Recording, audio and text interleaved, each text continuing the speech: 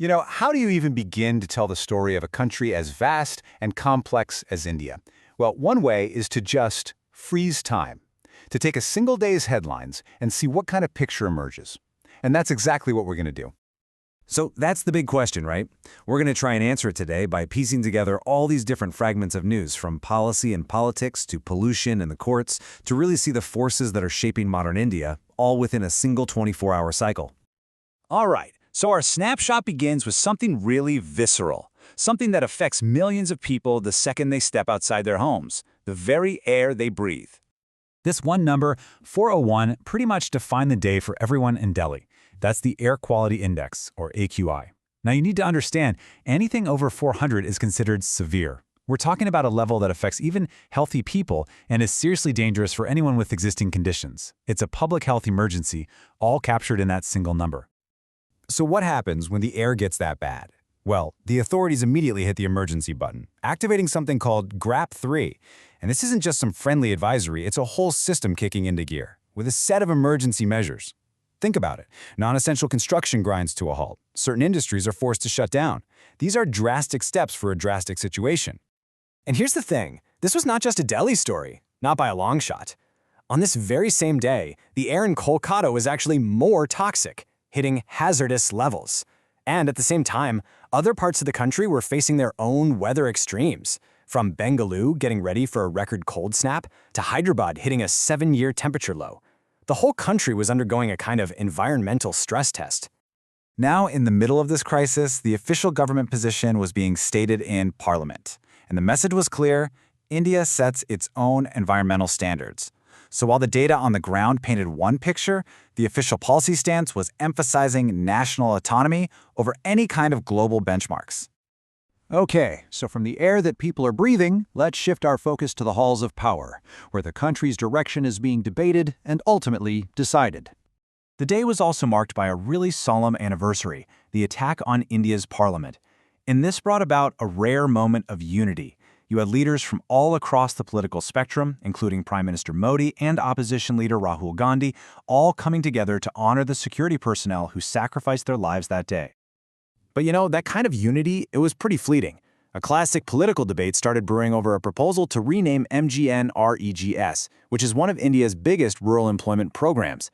The opposition was questioning the cost and the benefit of it all, while the government pushed the proposal forward to the cabinet. It's a real battle over legacy, branding, and public money. And believe me, the policy machine was absolutely churning. On this one day, the cabinet approved a massive, digitally driven census for 2027. It cleared a landmark bill to open up the nuclear energy sector to private companies, a politically significant statue of V.D. Savarkar was unveiled, and the deadline for revising voter lists in 6 states got extended. Honestly, any one of these could be a major headline on its own. All right, we've talked executive, we've talked legislature. Now let's turn to that third pillar of democracy, the judiciary, where the law gets interpreted and some really fundamental questions get settled. And wow, the Supreme Court was incredibly busy. It pushed for faster trials in anti-terror cases, making it clear that national security is paramount. It expanded a key COVID insurance scheme to include private doctors. It clarified employment law, ruling that if you resign, you forfeit your pension but not your gratuity.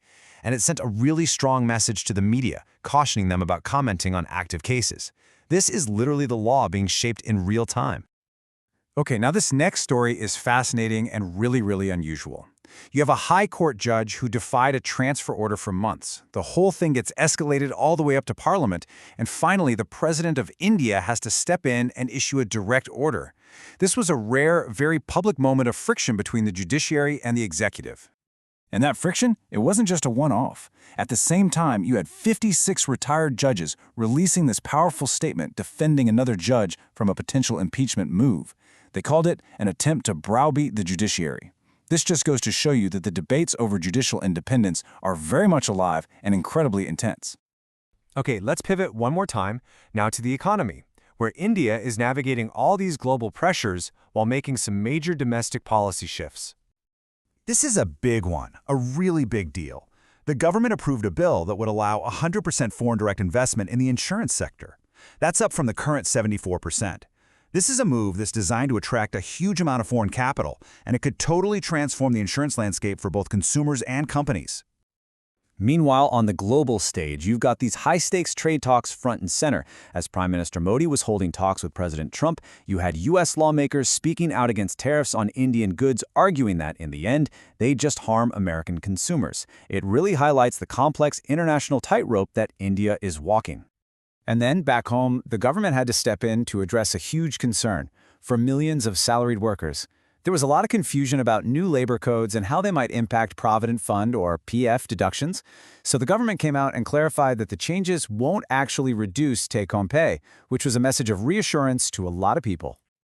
So we've looked at the environment, politics, the law, and the economy. What does this one-day snapshot actually tell us about India? You know, if there's one big takeaway from all this, it's that India is a nation in a constant state of flux. We've seen these moments of unity right next to deep division.